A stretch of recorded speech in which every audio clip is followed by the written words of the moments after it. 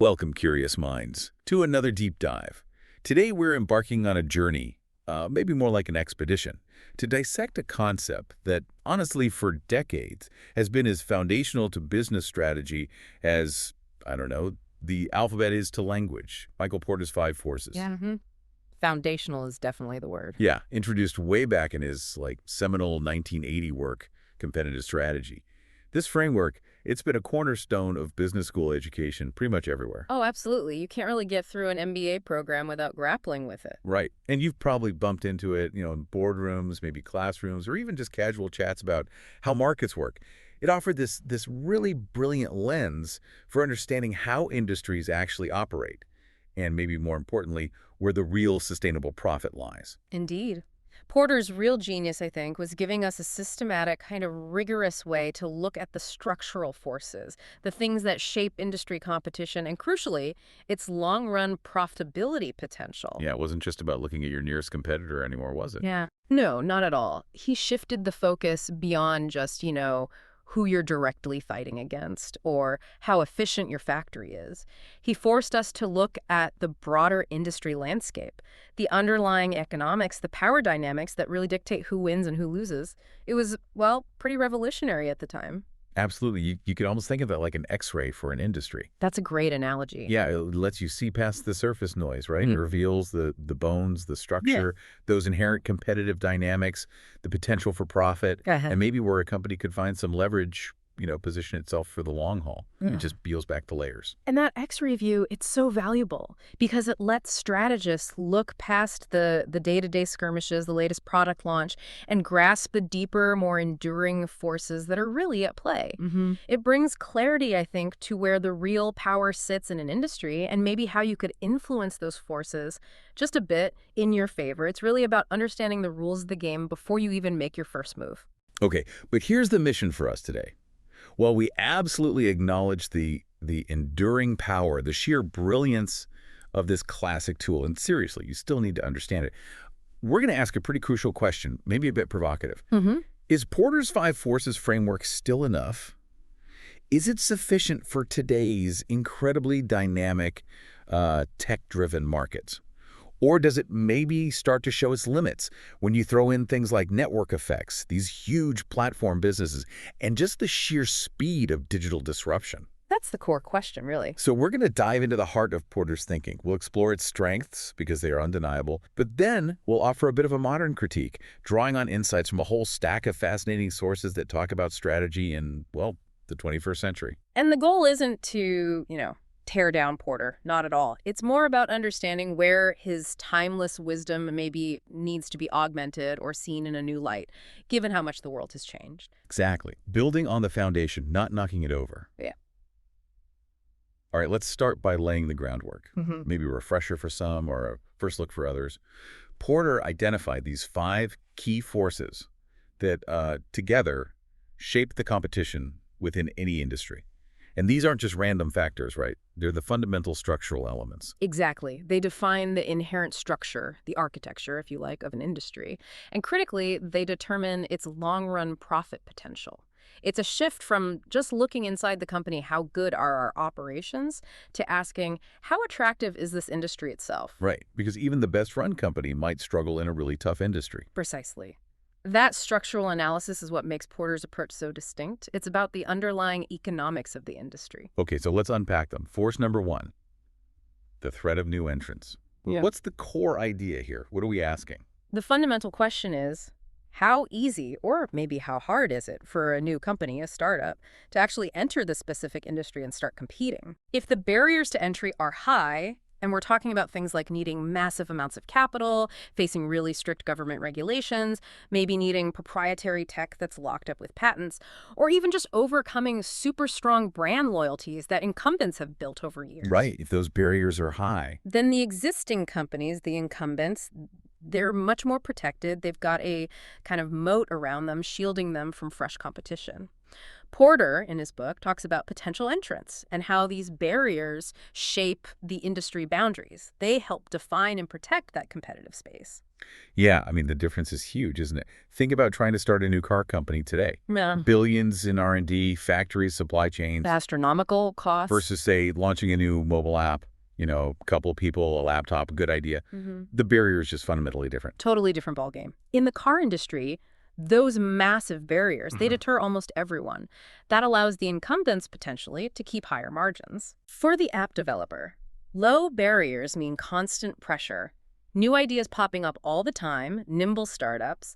That tends to drag down the average profitability for everyone in that space over the long run.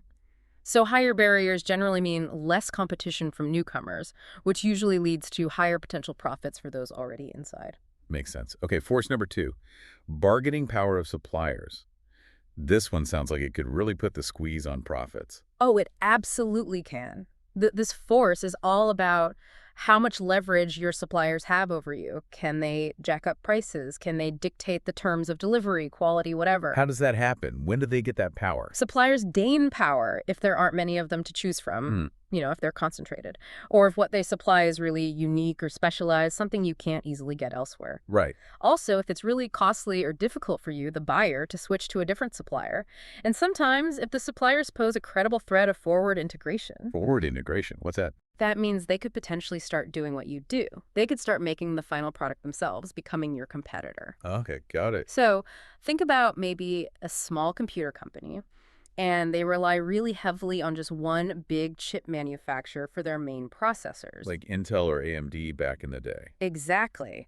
That chip maker has immense bargaining power. They can pretty much dictate the price of the chip, which impacts the computer company's margins. They can influence product roadmaps, even control production schedules if there are shortages. They hold a lot of the cards. And that directly hits the bottom line of the whole industry buying those chips, doesn't it? Yeah. If these critical suppliers can just demand more money or give you lousy terms. There's simply less profit left over for the companies in the industry. Yeah. It systematically erodes the profit potential. The value gets shifted from the industry players to those powerful suppliers. A strong supplier base can really reshape the economics of a whole sector. Okay, and then we've got the flip side. Force number 3, bargaining power of buyers. So how much power do the customers have? It works in a very similar way, just from the other direction. Buyers can exert a ton of pressure to push prices down, or they can demand higher quality, better service, faster delivery, all for the same price. And when do they have the upper hand? Their power goes up if there are only a few large buyers again. Concentration matters. Or if they buy huge volumes relative to your total sales. Makes you dependent on them. Also, if the products they're buying are pretty standard, undifferentiated, making it easy for them to just switch to another supplier if they get a better deal. Like commodities, maybe. Yeah, exactly. And similar to suppliers, buyers gain power if they pose a credible threat of backward integration. Okay, so if forward integration is suppliers becoming competitors, backward integration is? Buyers starting to produce the input themselves, deciding they can make the thing you sell them cheaper or better in-house. Right. Porter actually gives a great example of this, doesn't he? With Sears. He does. In Competitive Strategy, he talks about how Sears Roebuck, back when it was a massive retailer, became this effective competitor in manufacturing, even though they weren't technically manufacturing everything themselves, by dictating product design criteria for all their private label goods. So they were such a huge buyer. That they could basically tell manufacturers exactly what to make, how to make it, what materials to use, what price they'd pay. They exerted huge strategic influence backwards up the supply chain, all from the power of their purchasing volume. Wow. So think about a giant retailer today negotiating with say, a small clothing brand. That retailer has immense leverage. Absolutely. They can dictate price points, delivery windows, quality standards, maybe even specific design tweaks, just because that small brand is so desperate for that huge order. It's like the buyer controls a huge chunk of the value chain. Yeah.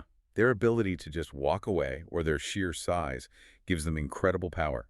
It fundamentally caps the prices the whole industry can charge, and therefore the overall profitability. Exactly. Caps the profitability. Okay, fourth force. Threat of substitute products or services. This one feels like it's everywhere now, with tech changing things so fast. What exactly is a substitute in Porter's terms? A substitute isn't just a direct competitor making a similar thing. It's a different product or service that can satisfy the same underlying customer need, even if it looks totally different or comes from a completely different industry. Okay, give me an example. Well, the classic one is Netflix substituting for traditional video rental stores like Blockbuster. The need was home entertainment, watching movies. Blockbuster offered tapes and DVDs. Netflix offered streaming. Totally different delivery mechanism, different business model. But it met the same core need and completely decimated the old industry. Exactly. It put a hard ceiling on what rental stores could charge, and then it just made them irrelevant. Or think about ride-sharing services like Uber or Lyft in cities. For many people, especially younger ones, they've become a direct substitute for owning a car. Right. The need is transportation, getting from A to B. Car ownership was one solution. Ride sharing is another. hmm And if those substitutes are readily available, easy to switch to, and maybe offer better value or convenience, they limit the prices the original industry can command, and therefore limit its profit potential. It really forces companies to think broader than just their direct rivals, doesn't it? You have to look at totally different ways customers might solve their problems. Absolutely. A powerful substitute can just pull the rug out from under entire industry, making all the internal rivalry suddenly seem quaint. Okay, and that brings us to the fifth and final force: intensity of rivalry among existing competitors. This feels like the most obvious one, the day-to-day dogfight. It is intuitive, yeah. But Porter gives us a way to analyze why rivalry is intense or not. This force is about how fiercely the companies already in the industry compete against each other for market share, for customers. And what makes rivalry more intense? Lots of things. If there are many competitors of roughly equal size and power, if industry growth is slow, meaning gains have to come at someone else's expense. If products are hard to differentiate, leading to price competition. If fixed costs are high, pressuring companies to keep volume up, even if it means cutting prices. Or if exit barriers are high, making it hard for companies to leave the industry, even if they're losing money. So high rivalry often means price wars. Often, yeah. Destructive price wars, huge advertising battles, constant product launches just to keep up, maybe R&D races. All these things tend to chew up profits. Companies end up sacrificing margins just to try and gain or defend their slice of the pie. Like the airline industry, maybe, or fast food. Classic examples: intense rivalry, often thin margins, constant competition on price, routes, new menu items. It feels like everyone's running hard just to stay in the same place. Yeah, the consumer might benefit from lower prices in the short term, but it makes it a really tough industry to make consistent high profits in. Precisely. Unless firms can find really sustainable ways to differentiate themselves or maybe collaborate in certain non-competitive areas, intense rivalry often leads to a kind of race to the bottom on profitability. Okay, so those are the five forces: threat of new entrants, power of suppliers, power of buyers, threat of substitutes, and intensity of rivalry. Yeah. It's a really comprehensive way to look at an industry structure. It is, and remarkably robust. Yeah, that's what's fascinating. Even with all these pressures, this framework has been so influential for so long. Why do you think it's had such staying power? What makes it so effective, even decades later? I think its enduring appeal comes down to a couple of things. One is its clarity. It provides a clear, structured way to think about a complex situation. But the other, maybe more important thing is its relentless focus on structural profitability. Structural profitability, Huh. meaning the profit potential baked into the industry itself. Exactly. It forces companies to look beyond their own operations, their own efficiencies, which are important, don't get me wrong, but to ask that more fundamental question: is this actually a good industry to be in, inherently? And if it is, or even if it isn't, how can we position ourselves within it to capture the most value possible, given these forces? It gets you thinking about the underlying economics, not just your own performance metrics. So it helps you understand, like, the baseline attractiveness of an industry, and then figure out where the strategic sweet spots might be. Precisely. It helps identify where you might find a more defensible, more profitable position, even if the industry overall looks kind of rough. It's about finding shelter in the storm, or maybe a particularly sunny patch. There's a great example of this in the book Playing to Win, isn't there, about P&G? Yeah, fantastic example. It points out that a specific business could be structurally attractive, even if the broader category seems tough. And it highlights how P&G deliberately had chosen to enter or stay in categories that were generally unattractive structurally. Like laundry or diapers, maybe. Mhm. Highly competitive. Exactly.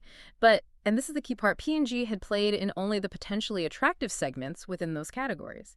They used their understanding of the structure, the forces, to carve out profitable niches where their strengths in branding, innovation, or distribution could overcome the generally poor industry dynamics. So they didn't just avoid tough industries, they found clever ways to win within them. Yes. It shows how understanding that structure helps you make really smart, nuanced decisions about where to compete and, just as importantly, how to compete. It's not just about avoiding red oceans. It's about finding or creating blue patches within them. And that directly guides those big strategic choices then, Yeah, defining where to play and how to win. absolutely. The framework is fundamentally about making choices. Playing to win nails this when it says choosing where to play explicitly involves choosing where not to play as well. It forces focus. And it also notes, interestingly, that a company may choose to play in a crowded field or in one with a dominant competitor if the company can bring new and distinctive value. So it's not just about running away from competition, but understanding how to differentiate yourself meaningfully within that competitive set. Like P&G finding ways to win in laundry or feminine care, even though those categories seem tough on the surface. Exactly. They leveraged superior branding, R&D, maybe channel relationships, their specific capabilities to create distinctive value, and consistently win in only the most attractive segments, even when the overall category looked generally unattractive structurally. They understood the forces, then figured out how to mitigate or overcome them through their own strengths. That's a really critical insight. Its strategy is finding the right intersection between the external environment and your internal capabilities.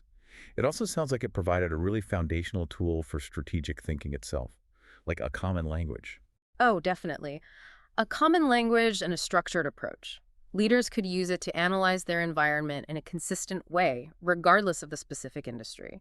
Peter Drucker, way back in the practice of management, talked about how a business must be managed by setting objectives for it, and crucially, that these objectives should always derive from the goals of the business enterprise. Okay. Porter's framework gives you that robust external lens to help define those enterprise goals. It helps you understand the economic realities you're facing, which then informs everything else: market share goals, investment priorities, product development. It makes sure the internal engine is pointed in a strategically sound direction, aligned with the external world. It really does sound like a powerful diagnostic tool. Helps leaders see the big picture, the competitive landscape, the forest and the trees, and it pushes you towards thinking about sustainable advantage, not just quick wins. That structured perspective, that clarity, you can see why it's been so influential. Truly a classic. Okay, but here's where our deep dive really starts to, well, dive deeper. Where it gets really interesting. We've established Porter's framework is fantastic for understanding, let's say, relatively stable industrial economies. Industries with clear boundaries, predictable players, maybe slower change cycles. The world it was largely born into. Exactly. But what happens when the very ground beneath an industry is constantly shifting? When boundaries blur, new players emerge from nowhere, technology rewrites the rules seemingly overnight. It feels like the pace has just gone into hyperdrive. And that raises the absolutely vital question we flagged earlier. Can a framework designed for that more stable, predictable industrial era fully capture the sheer dynamism of today's hyper-connected, tech-fueled world? Yeah. Has the pace of change itself fundamentally altered some of the assumptions baked into the model? I think it has. We're seeing just an incredible speed of innovation coupled with an equally incredible and sometimes brutal speed of obsolescence for existing products, services, even entire business models. So those traditional industry boundaries that the Five Forces model kind of relies on, defining the docs you're analyzing, they're constantly blurring or just getting redrawn completely by new tech and new ways of doing business. Exactly. It's like trying to map a coastline during a hurricane. The concept of disruptive technology, which Clayton Christensen explored so powerfully in The Innovator's Dilemma, really gets at this. Right, the idea that new tech often starts out looking inferior. Precisely. It highlights how even dominant, well-managed firms can fail when faced with innovations that initially seem irrelevant or even worse than existing solutions. The classic example he uses is mainframe computer makers dismissing mini computers. Because their existing customers didn't want them. Exactly. Their best customers had no use for them initially. The minis promised lower margins, not higher ones. And the initial market looked tiny compared to mainframes. So the incumbents, following rational analysis based on their current market and Porter-like forces, ignored them. Until the minis got better and created a whole new market that eventually ate the mainframe's lunch. Precisely. It shows how disruptive tech doesn't always compete within the existing five forces framework. It often creates a whole new value network, a new competitive space, that just makes the old industry and its associated forces increasingly irrelevant over time. It wasn't about rivalry intensifying, it was about a tidal wave washing over the old beach. And we've seen this pattern repeat so many times, haven't we? The cautionary tale of the buggy whip maker ignoring the automobile that's mentioned in Do You Want to Keep Your Customers Forever? Or even within an industry like the rapid evolution of car paint that Alfred Sloan described in My Years with General Motors. Yeah, that paint example is fascinating. Right. From paint and varnish to oven-dried enamels, then boom, nitrocellulose lacquer, Duco paint, all within a few short years in the 1920s. That kind of rapid foundational technological shift, changing the very nature of the product and the manufacturing process. It's hard for a static, five forces snapshot to really capture the implications. It really is. And it's not just technological shifts causing disruption. Sometimes it's shifts in consumer psychology, societal values, things that are harder to predict using a purely structural framework. You mean like the Sputnik effect you mentioned from Yeah. Business Adventures? Exactly. That Sputnik theory tried to explain a sudden, almost bizarre shift in American car buying habits back in 1958. Suddenly, buyers seemed to turn away from the big, flashy status symbol cars. The tail fins in chrome. Yeah, and they started favoring these little Beetles, smaller, more economical, less ostentatious cars. It wasn't driven by a new competitor suddenly gaining power or suppliers changing terms. It seemed to be this broader psychological shift. Triggered by the shock of the Soviet Union launching Sputnik, challenging American technological dominance. That was the theory. A profound, unexpected shift in the national mood and what people valued. And a traditional market analysis based on existing segments and competitive dynamics might have completely missed that kind of external, emotionally driven earthquake in demand. It just didn't fit neatly into the five forces boxes. That points to another potential limit, doesn't it? The model is very focused on industry structure, less so on these broader societal or psychological currents. I think that's fair. And it also connects to how strategy itself evolves. Innovation, the source of so much strategic change, isn't always this top-down grand plan meticulously crafted in the boardroom after a five forces analysis. Right. It can be more emergent, Messier. Exactly. Some research, highlighted in Seven Powers, suggests that innovation is rarely driven by top-down purposive initiatives. Instead, it often comes from the adaptive responses of boundedly rational agents, basically, people within the organization responding to local problems or opportunities. And these responses often manifest, sometimes without anyone fully realizing it at first, in new processes or ways of working that they called routines. So strategy bubbles up from below, almost, through trial and error and adaptation. Sometimes, yes. It suggests that strategic advantage doesn't always come from analyzing the fixed forces and positioning yourself perfectly. It can emerge from these day-to-day, iterative, often tacit adaptations. It's less like a general planning a battle and more like the cumulative effect of soldiers adapting on the ground, developing new tactics that eventually change the whole doctrine. That emergent quality is really hard to predict or manage using just a static industry analysis. And then you have the whole phenomenon of digital platforms and network effects. Yeah. That feels like it fundamentally alters the competitive landscape in ways Porter's model maybe wasn't designed for. Oh, absolutely. This is a huge challenge for the traditional framework. Platform businesses create a completely different type of competitive advantage, and it's one that a static five forces analysis often struggles to capture adequately. Because the value isn't just in the product itself. Exactly. The core value often lies in the connections the platform enables between different groups of users, like buyers and sellers on eBay, or drivers and riders on Uber, or users and advertisers on Facebook. And this creates powerful network effects. Network effects. The idea that the platform becomes more valuable as more people use it. Precisely. The more users a platform has, the more valuable it becomes for every user, both existing and potential new ones.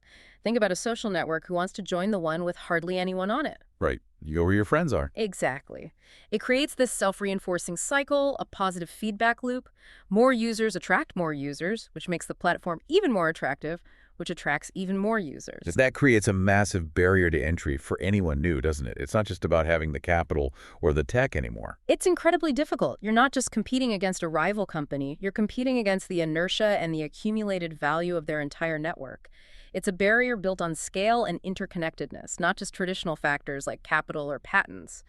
The book Blitzscaling has a good point on this with Amazon's marketplace, right? Yeah, it highlights how nearly half the stuff bought on Amazon actually comes from third-party sellers using their marketplace.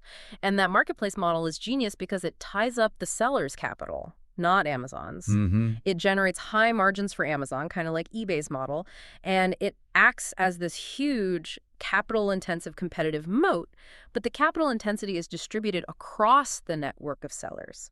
It's a new kind of barrier fueled by the network effect. The more sellers, the more selection, attracting more buyers, which attracts more sellers. It becomes almost unassailable once it reaches a certain scale.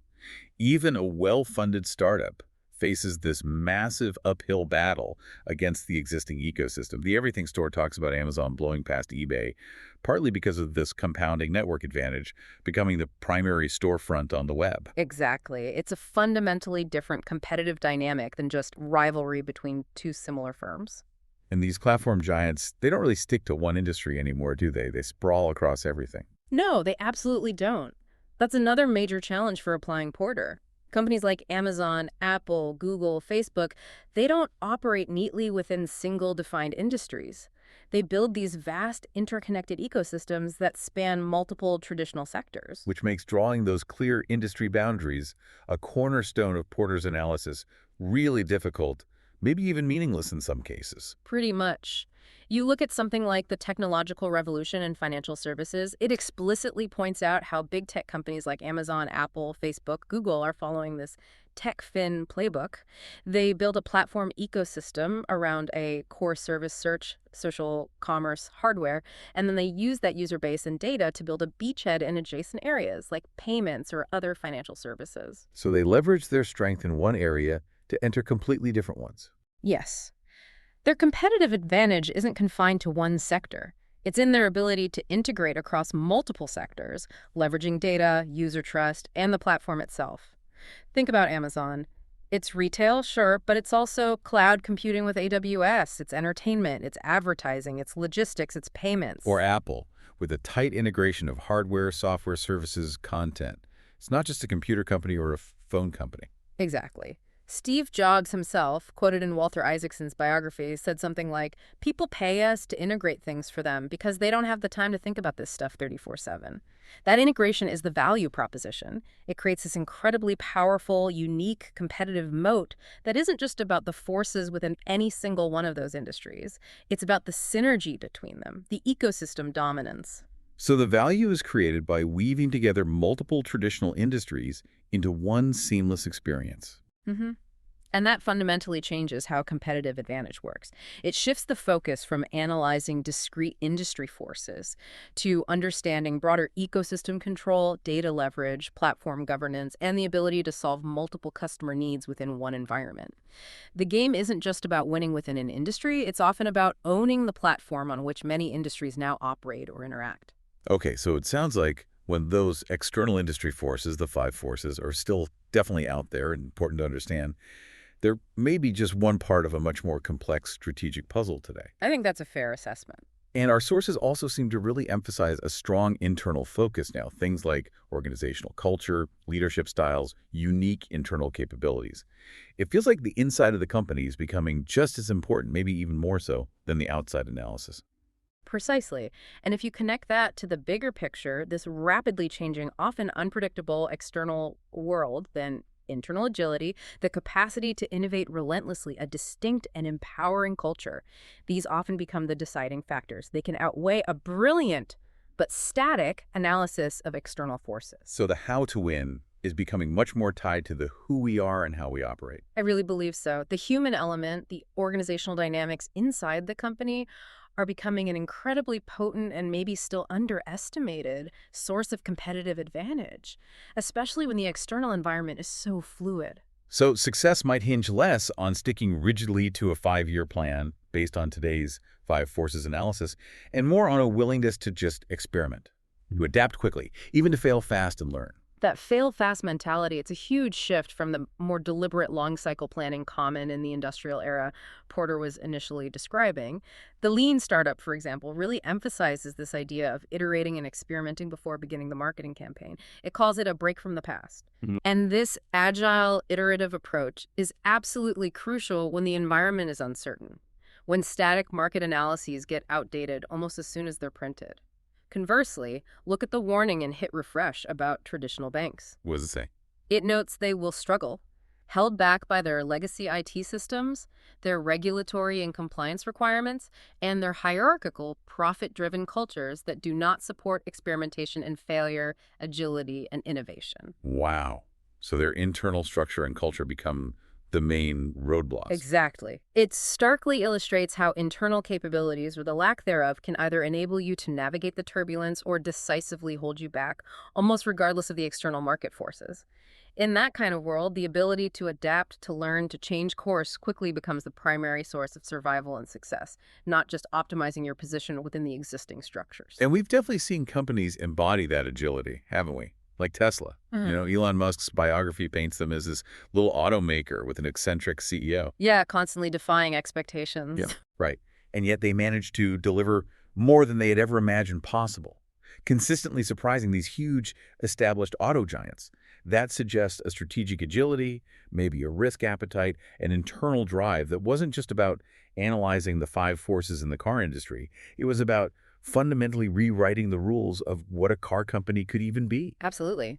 From manufacturing to software to their sales model, they challenged everything. And it demonstrates that strong, maybe unconventional leadership and a distinct organizational culture are becoming truly critical sources of advantage. They fundamentally influence what a company can achieve and how quickly it can respond to or even create new market dynamics. Which makes total sense. Leaders who can actually foster those internal capabilities, who empower their teams, build that dynamic culture. They seem to create an advantage that's really hard for competitors to just copy. You can't just replicate a culture overnight. No, you really can't. Extreme ownership talks powerfully about decentralized command, empowering subordinate leaders to figure out a way to win within their sphere, freeing up senior leaders for the bigger strategic picture. That fosters agility, initiative, ownership right down the line. Much faster response than a rigid hierarchy. Or look at Built to Last. It shows Walt Disney's obsessive focus not just on movies, but on developing his company and its capabilities. Things like setting up art classes for animators, innovative bonus systems, creating the Disney University. These were direct investments in people, in culture, in internal capability. That created this unique wellspring of talent and creativity that became a deeply embedded, sustainable advantage, far beyond just market positioning. It wasn't just about analyzing the competition. It was about building the internal magic factory. Exactly. And other concepts reinforce this, like radical candor, the idea that direct, honest feedback builds more effective, faster learning teams. Or blue ocean leadership, which talks about actively changing leadership profiles, pinning them up, discussing them, reinforcing new behaviors to shape the internal environment needed for innovation, not just reaction. It's about intentionally building the internal machine for strategic success. So it's not always about playing by the existing rules or reacting to the established forces. Sometimes real strategic breakthroughs come from changing the game entirely, creating a whole new framework. Precisely. That leads to these unconventional approaches to advantage. Some companies achieve amazing success not by meticulously analyzing the five forces and tweaking their position, but by fundamentally redefining the game, creating totally new value propositions, or leveraging unique assets and capabilities that just don't fit the old model. Like SpaceX. SpaceX is a fantastic example, detailed in Elon Musk. They managed to undercut its U.S. competitors on price by a ridiculous margin. How? Not just by analyzing the space launch industry structure, but by making a radical internal decision to make all of its machines from scratch in the United States. Total vertical integration, basically. Yeah, deep vertical integration coupled with relentless internal innovation in design and manufacturing. That gave them a capability-driven advantage. It came from an internal, unconventional choice to control their whole process and iterate incredibly fast. Rivals locked into traditional supply chains and processes just couldn't match it. It wasn't about playing the existing game better. It was about inventing a new way to build rockets. That internal capability became their strategic weapon, something traditional defense contractors couldn't easily replicate. And then there are examples of seeing things others miss exploiting blind spots. Absolutely. Think about the story told in The Big Short. Michael Burry, Charlie Ledley, and the others who bet against the subprime mortgage market. They weren't just analyzing the forces within the housing or finance industries using conventional tools. No, they saw something fundamentally broken that everyone else was ignoring. Exactly. They identified Wall Street's deep-seated blind spots, the perverse incentives, the grossly underestimated risks embedded in those complex mortgage products. They took, as the most important thing Illuminated might put it, a more insightful approach, identifying profound inefficiencies and systemic flaws. They saw a bubble building where others, perhaps blinded by groupthink or conventional frameworks like the five forces applied narrowly, saw only opportunity. So that kind of insight-driven strategy, looking for market distortions for fundamental misunderstandings rather than just optimizing within the known structure, is a whole different dimension to strategy. It really is. It highlights the critical role of independent thinking, deep domain understanding, and sometimes just seeing the emperor has no clothes, which might fall outside the scope of a standard five forces analysis focused on established competitors and structures. Okay, so if that traditional competitive battlefield is becoming less predictable, with all these rapid changes, new kinds of advantage, blurred lines, what are the alternatives for strategists today? How do you navigate this? Do you just throw up your hands? Haha, well, hopefully not. But it does raise that crucial question. Instead of always fighting head-on within these established, often crowded and bloody industry structures, should you be looking elsewhere? Some influential thinkers argue strongly for creating entirely new market spaces altogether. This sounds like the blue ocean idea. Exactly. That's the core concept from blue ocean strategy and related works like red ocean traps. The idea is to consciously move away from the red oceans, where competition is fierce, often zero-sum, everyone's fighting over existing demand, trying to beat rivals on established factors. And instead, sail into blue oceans. Yes. Blue oceans represent uncontested market space. The goal here is to create new demand, often by targeting non-customers or offering a radically different value proposition. And by doing so, you aim to make the existing competition simply irrelevant. So you're not trying to beat the rivals. You're trying to make them obsolete by creating a whole new game board. That's the essence of it, and it inherently critiques frameworks that focus solely on analyzing and competing within the existing competitive landscape. Blue ocean strategy suggests that true breakthrough success might lie in finding or inventing these entirely new domains where the five forces analysis of the old industry doesn't even apply anymore. It's about value innovation, not just incremental improvement or beating competitors on their own terms. That's a powerful alternative perspective. Yeah. So what does all this mean for leaders trying to chart a course today? Does it mean we just ditch Porter? Or does it mean his work needs to be applied differently, maybe as part of a broader toolkit? Definitely the latter. It absolutely does not mean Porter's work is obsolete.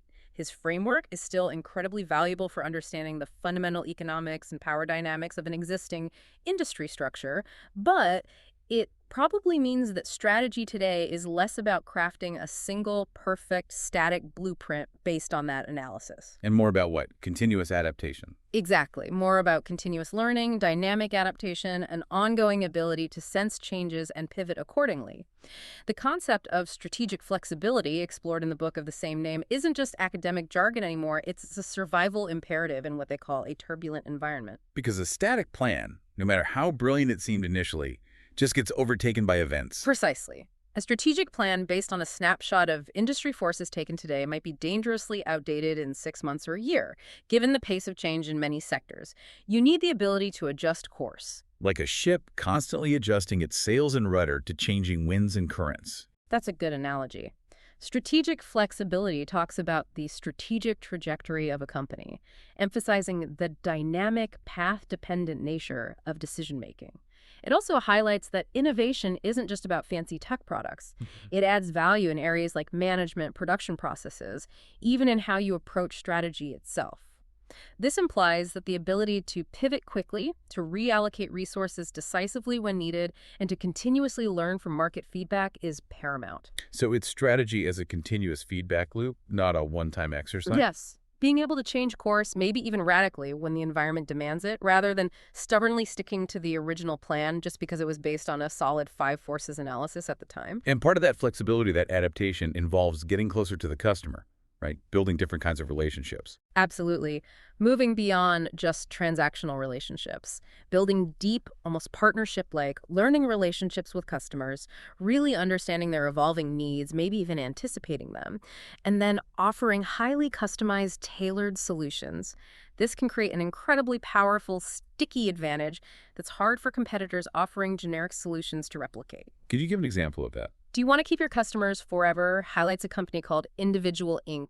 back in the day. What did they do? They provided published news stories selected to fit the specific, ever-changing interests of each client. Wow, personalized news feeds before the internet really took off. Kind of. It illustrates a singularly powerful competitive advantage built on cultivating learning relationships. It wasn't mass market. It was about deep, continuous, individualized understanding and service. That kind of tailored value creates immense loyalty and significantly reduces the threat of substitutes or the bargaining power of buyers because the switching costs become incredibly high, not just monetary costs, but the cost of losing that tailored understanding. The customer becomes embedded in the value creation process. So ultimately, it sounds like strategy today isn't just a science. It's not just about the cold, hard analysis, the frameworks, the data. No, not solely. It's also very much an art. An art of leadership, maybe intuition, making those bold, sometimes gut-wrenching choices. Indeed. While the analytical tools like Porter's framework are absolutely crucial for understanding the terrain, they don't eliminate uncertainty. They don't make the decisions for you. Ultimately, leadership involves the ability to make decisions with courage and conviction, even when the data is incomplete, the future is murky, and the risks are significant. You can analyze forever, but at some point, someone has to make the call. Exactly. The 5 dysfunctions of a team makes a provocative point. A decision is better than no decision. And it goes further, suggesting it's better to make a decision boldly and be wrong, and then change direction with equal boldness, than it is to waffle. That really underscores the art of leadership and strategy. The courage to act, to commit, even amidst ambiguity. That's a strong statement.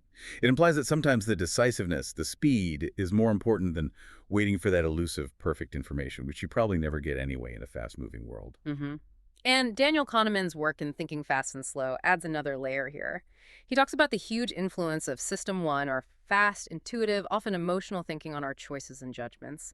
And he also reminds us that luck plays a large role in every story of success. So strategy isn't always this purely rational, analytical process driven by perfect data and System 2 thinking. It suggests it's often not. That System 1 intuition, that gut feeling, honed by experience perhaps, can drive decisions with incredible speed and conviction, often before all the analytical data is in or fully processed. It highlights how strategic choices, especially under pressure, are deeply intertwined with leadership intuition, risk tolerance, pattern recognition, and yes, maybe even a bit of luck. You just have to look at someone like Steve Jobs again. A prime example. As depicted in Isaacson's biography, Steve Jobs, he often operated in these binary terms. Things were either amazing or shit. That kind of clarity, maybe oversimplified to some, allowed him to focus with incredible intensity. And make really tough calls. Extremely tough calls, like laying off thousands, killing off numerous product lines when he returned to Apple. Decisions that were hugely unpopular but arguably saved Apple and turned it profitable again. That demonstrates a strategic leadership that went way beyond just analyzing external forces. It was about vision, conviction, bold choices, and the sheer force of will to execute, even when it hurt. It's a testament to the art, the human element, as much as the science of strategy. Wow. We've covered a lot of ground today. Yeah. We started with the bedrock principles of Michael Porter's 5 Forces, truly a classic that gave us a vital language for understanding industry structure. An essential foundation. And we journeyed all the way to the swirling complexities, the often unpredictable currents of today's business landscape, especially with tech and platforms driving so much change. And I think what we've seen is that while Porter's framework absolutely remains a powerful, indispensable starting point, you still need to understand that industry structure, its inherent profitability potential, it really serves as a foundation, not the complete building, for strategy today. Yeah, it helps you understand the playing field. But maybe not how to invent a whole new game, or how to navigate when the field itself is constantly morphing under your feet. Especially in an era defined by constant change, these huge digital ecosystems, and the profound, often decisive impact of what's going on inside your organization, your capabilities, your culture, your leadership. Exactly. It feels like it's less about consulting a static map of the competitive terrain and more about learning how to navigate constantly through an ever-changing landscape using a compass and your wits. Well put. And in that kind of environment, adaptability, the capacity for continuous innovation, and a really deep, honest understanding of your own organization's unique strengths, weaknesses, and culture, those become just as vital, maybe even more vital sometimes, than just analyzing the external market forces alone. So we need to respect the classics, understand their power, Absolutely. but also critically recognize where their limits might be, and consciously expand our strategic toolkit for a world that looks fundamentally different from the one in which they were first conceived. And that means for anyone involved in strategy today, that toolkit has to keep growing. It's not about throwing out Porter, but about enriching that structural analysis with insights into dynamic capabilities, platform economics, emergent strategy, how to build agile cultures, the critical role of decisive, maybe even intuitive, leadership. It's about blending that analytical rigor with an agile, adaptive, future-focused mindset. So here's a final thought for you, our listeners. As you reflect on your own industry, your own organization, your own role, ask yourself this. Are you primarily just reacting to the five forces as they appear around you, optimizing your position within the existing boundaries? Or are you actively trying to shape a new competitive reality? In a world where the old rules seem to be constantly getting rewritten, what new forces, what new advantages, what new ways of creating value are you helping to create? Yeah. Now, that's something worth a deep dive all its own.